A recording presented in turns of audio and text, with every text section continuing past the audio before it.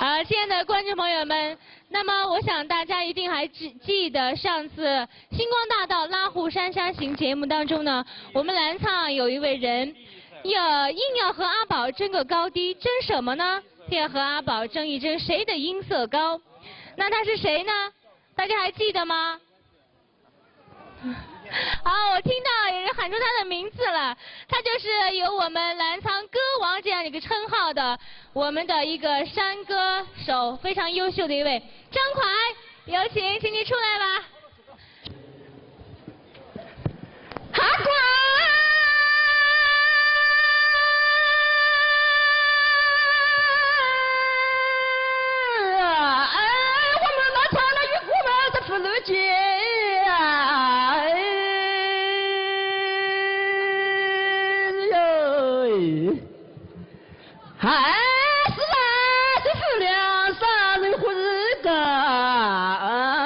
八路来过几个，阿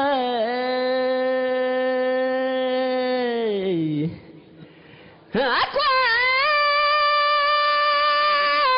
这活的是朝天过下课嘛，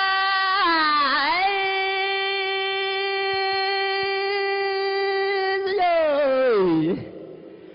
是啦，这夫娘啥人活日个，过下我们老夫嘛都富日个。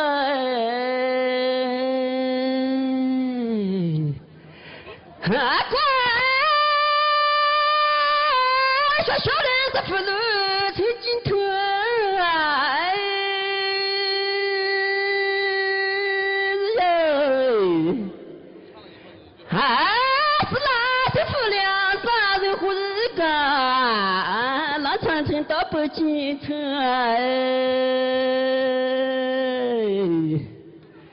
阿蒯。记得嘛，一副路嘛，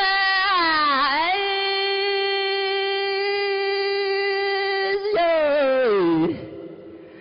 是啊，这夫娘啥人活日个，这回北京那记得小冰棚个，阿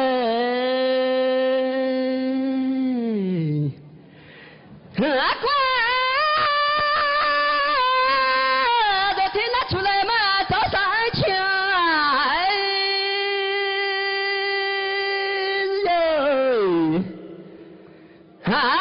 是啦，这夫娘啥人活日个，就政策开放人好旺个。阿蒯，说假日那风光嘛，美如画哟。是啦，这夫娘啥人活日个，说美好生活人自然个。